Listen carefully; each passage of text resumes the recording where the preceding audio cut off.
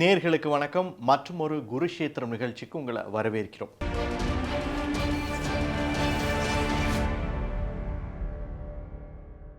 Iran மீது இஸ்ரேலும் அமெரிக்க கூட்டுப்படைகள் தாக்குதலை தொடங்கி இன்னையோட 11 நாள் ஆகுது.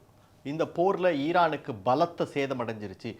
ஈரானுடைய கப்பல் படையை முழுவதுமாக தாக்கி அழிச்சிட்டோம் அப்படின்னு அமெரிக்காவும் இஸ்ரேலும் கிளைம் பண்ணாலும் கூட பதிலுக்கு ஈரானுடைய தாக்குதலும் ரொம்ப உக்கிரமாக இருக்கு அப்படின்னு சொல்றாங்க. முதல்ல இந்த போர் தொடங்கின நாளில் இருந்தே இஸ்ரேலும் அமெரிக்காவும் சேர்ந்து ஈரானுடைய ராக்கெட் லான்ச்சர்களை தான் குறி வச்சு அடிக்க ஆரம்பிச்சாங்க. ஏன் அப்படின்னா ராக்கெட் லான்ச்சரை குறி வச்சு அடிச்சிட்டோம்னா பதில் தாக்குதலையும் சரி ஏர் டிஃபென்ஸ்லையும் சரி ஈரான் ரொம்ப வீக் ஆகிடும் அப்படிங்கிறது தான் அமெரிக்கா இஸ்ரேலுடைய எதிர்பார்ப்பு. சரி, ஈரானுடைய ராக்கெட் லான்ச்சர்களை எப்படி கண்டுபிடிச்சு அடிக்கிறாங்க அப்படிங்கிறது ஒரு பெரிய கேள்வி. எப்படி கண்டுபிடிச்சு அடிக்கிறாங்கன்னா, இரு நாடுகளுமே சேட்டலைட் உதவியோட அந்த ராக்கெட் லான்ச்சர்லேருந்து ராக்கெட் ஏவப்பட்ட ஒரு சில நிமிடங்கள்லேயே அதனுடைய ட்ரஜெக்டரியை கண்டுபிடிச்சு உடனடியாக அந்த இடத்த குறி வச்சு அடிக்கிறாங்க. இதன் மூலமாக ஈரான் கிட்ட இருக்கக்கூடிய 85% லான்ச் பேட்ஸை நாங்கள் தாக்கி அழிச்சிட்டோம் அப்படின்னு இஸ்ரேலும் அமெரிக்காவும் கிளைம் பண்ணுறாங்க. ஆனால் ஈரான் என்ன கிளைம் பண்ணுறாங்க அப்படின்னா, நாங்கள் ரொம்ப துல்லியமாக தாக்குதலை நடத்திவிட்டு அடுத்த நிமிஷமே எங்களுடைய லான்ச் பேடை அங்கேருந்து எடுத்துடுறோம் அப்படின்னு சொல்கிறாங்க. ஆனால் போர் நிபுணர்கள் என்ன சொல்கிறாங்க அப்படின்னா, இதுலேருந்து ஈரான் தப்பிக்கிறது கொஞ்சம் கஷ்டம்தான் அப்படின்றாங்க. ஏன் அப்படின்னா, ஒரு க்ரூஸ் மிசைலையோ ஒரு பேலிஸ்டிக் மிசைலையோ லான்ச் பேடில் ஃபிக்ஸ் பண்ணி அதை ஏவுறதுக்கு கிட்டத்தட்ட 1 மணி நேரம் வரைக்கும் ஆகும் அப்படின்றாங்க. ஏன் அப்படின்னா, கிட்டத்தட்ட ஒரு பேலிஸ்டிக் மிசைல் 2லேருந்து 2.5 டன் எடை வரைக்கும் இருக்குன்றாங்க. ஸோ அந்த 2.5 டன் எடை உள்ள பேலிஸ்டிக் மிசைலை ஒரு ட்ராலியில் வச்சு அதை லான்ச் பேடில் ஏற்றி அதை பிறகு அதில் நேவிகேஷன்லாம் ஃபிக்ஸ் பண்ணி அதன் பிறகு டேட்டாவை ஃபீட் பண்ணி சேட்டலைட்டோட கனெக்ட் பண்ணி அதை ஏவுறதுக்கு 1 மணி நேரம் வரைக்கும் ஆகும்ன்றாங்க. அப்படி ஏவுன உடனடியாக அந்த லான்ச் பேடோட இருப்பிடத்தை ஈரான் மாற்றி ஆகணும். இல்லை அப்படின்னா உடனே அதனுடைய ட்ரஜெக்டரியை, அந்த ஏவப்பட்ட ஏவுகணையினுடைய ட்ரஜெக்டரியை கண்டுபிடிச்சி அந்த லான்ச் பேட் எங்கே இருக்குங்கிறதையும் கண்டுபிடிச்சி அங்கே தாக்க ஆரம்பிச்சிருவாங்க. இதனாலேயே ஈரான் பல சிரமங்களை சந்திச்சுட்டு வந்தது. இந்த நிலையில் ஈரானுடைய பெரும்பாலான ரேடார் சிஸ்டத்தையும் வான் பாதுகாப்பு அமைப்பையும் இஸ்ரேலும் அமெரிக்காவும் தாக்கி அழிச்சிட்டாங்க. ஆனால் இன்னமும் கூட கரெக்டாக அமெரிக்க துருப்புகளுடைய இருப்பு, அதே போல் இஸ்ரேலுடைய லொக்கேஷன், சுற்றி இருக்கக்கூடிய அரபு நாடுகளில் அமெரிக்காவினுடைய விமான தளங்கள், இதையெல்லாம் ஈரான் எப்படி தாக்கி அழிச்சிட்டு இருக்காங்க அப்படின்னா, அங்கே தான் அவங்களுக்கு ரஷ்யா உதவி பண்ணுது. ரஷ்யா தன்னுடைய அட்வான்ஸ்டு சேட்டலைட் மூலமாக அமெரிக்க துருப்புகளுடைய இருப்பிடம், அதே போல் இஸ்ரேலுடைய தாக்கக்கூடிய இந்த இலக்குகள், இதுக்கு தேவையான எல்லா டேட்டாவையும் ஈரானுக்கு ஃபீட் பண்ணிக்கிட்டு இருக்காங்க. இதை தான் ட்ரம்ப்பும் பெரிய அளவில் குற்றச்சாட்டாக முன் வச்சிருக்காரு. ரஷ்யா இந்த டேட்டாவை கொடுக்கறது மூலமாக மட்டும்தான் இந்த வார் உயிரோடு இருக்கு, இல்லைன்னா என்னைக்கோ நாங்கள் ஈரானை முடிச்சிருப்போம் அப்படின்னு ட்ரம்ப் சொல்லிட்டு இருக்காரு. சரி, இதையெல்லாம் தாண்டி இன்னைக்கு இந்த 11 நாள் போரில் ஈரான் எந்த அளவிற்கு பதில் தாக்குதல் நடத்திட்டு இருக்காங்க அப்படிங்கிறத பார்ப்போம். டெல் அவிவ் நகரில் இருக்கக்கூடிய பென்குரி விமான தளத்தை தாக்கி பல இடங்களில் சேதப்படுத்தியிருக்காங்க. அதே போல் ஹைஃபா நகரத்தில் இருக்கக்கூடிய இஸ்ரேலுக்கு சொந்தமான துறைமுகத்தை ட்ரோன் மூலமாக தாக்கி சேதப்படுத்தியிருக்காங்க.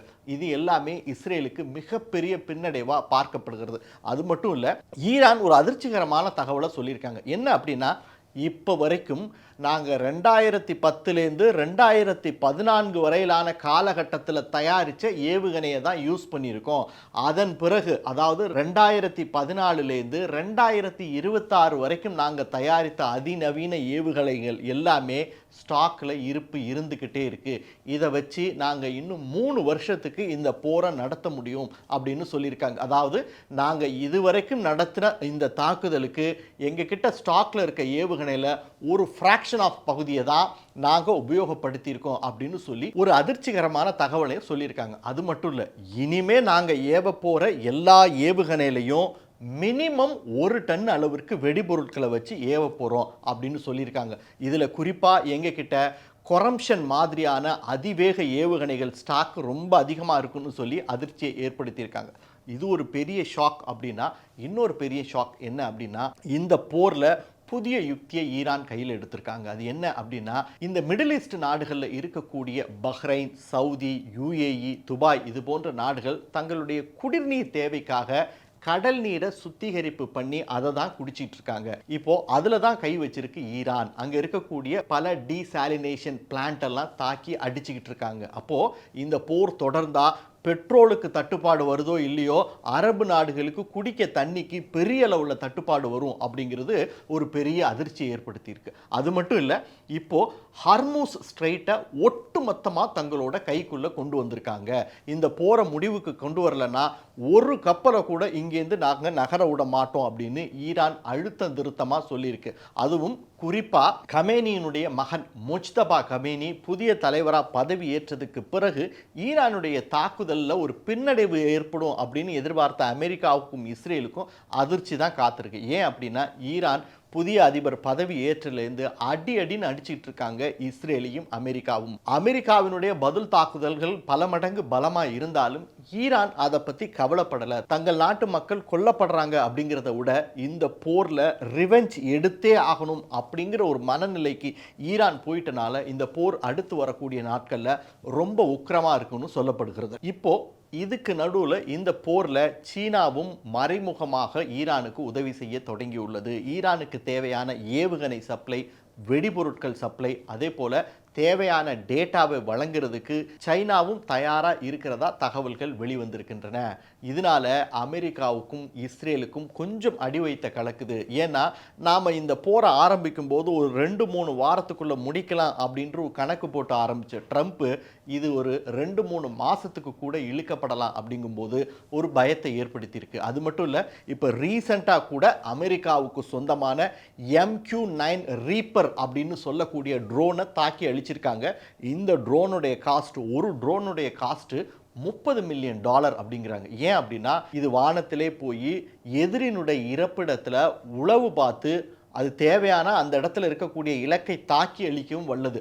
அவ்வளவு அதிநவீன ரீப்பர் ட்ரோன் 2 இப்போ ஈரான் தாக்கி அழிச்சிருக்காங்க. USS ஆப்ரஹாம் லிங்கனை ஏற்கனவே தாக்கி சேதப்படுத்திட்டதாகவும் தகவல்கள் வந்து கொண்டிருக்கின்றன. அதனால இப்போ இந்த போரை எப்படியாவது முடிக்கணுன்ற மனநிலைக்கு ட்ரம்ப்பும் இஸ்ரேலும் மாறி இருக்கிறதா சில தகவல்கள் சொல்லியிருக்கின்றன. இதை புரிஞ்சுக்கிட்ட ஈரான் இன்னைக்கு ஈவினிங் ஒரு விஷயத்தை சொல்லியிருக்காங்க. என்ன அப்படின்னா, நாங்கள் பேச்சுவார்த்தைக்கு தயார், ஆனால் அன்கண்டிஷனலாக இந்த தாக்குதல்களை இஸ்ரேலும் அமெரிக்காவும் நிறுத்தணும். அது மட்டும் இல்லை, எதிர்காலத்தில் ஈரான் மேலே நாங்கள் தாக்குதலே நடத்த மாட்டோம் அப்படிங்கிற உறுதிமொழியையும் இரு நாடுகளும் தரணும் அப்படின்னு சொல்லியிருக்காங்க. ஆனால் அப்படியான ஒரு உறுதிமொழியை அமெரிக்கா ஈரானுக்கு கொடுத்துட்டா அது அமெரிக்காவுக்கு ஏற்பட்ட மிகப்பெரிய தோல்வியாக தான் தெரியும். காரணம் என்ன அப்படின்னா, ஈரானில் ஆட்சி மாற்றத்தை ஏற்படுத்துவோம் அப்படின்னு சொல்லி தாக்குதல்களை தொடங்கி இன்னைக்கு அதே ஆட்சியை இருக்கட்டும், போரை நிறுத்திக்கலான்ற வார்த்தையை அமெரிக்கா கொடுத்துட்டா உலக நாடுகளுக்கு மத்தியில் ட்ரம்ப்புக்கு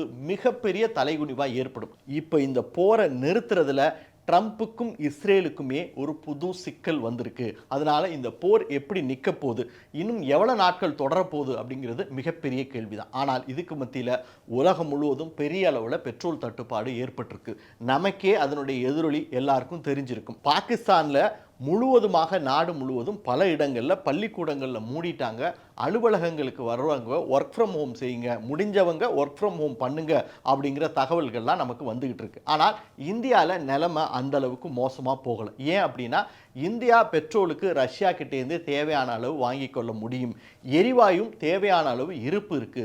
எதிர்காலத்தில் வாங்குறதுல மட்டும்தான் பிரச்சனை. அதுவுமே கூட சண்டை முடிவுக்கு வந்துட்டா நிலைமையை சரி கட்டிடலாம் அப்படிங்கிற ஒரு நிலை தான் இருக்கு. ஆனால் உலகத்தில் இருக்கக்கூடிய மற்ற நாடுகளுக்கு, குறிப்பாக ஐரோப்பாவுக்கு இது ஒரு பெரிய பிரச்சனையாக ஏற்படும். அங்கே மிகப்பெரிய எரிபொருள் தட்டுப்பாடு ஏற்படும் அப்படிங்கிறனால ரொம்ப சீக்கிரம் இந்த வார் முடிவுக்கு வந்துடும் அப்படின்றாங்க.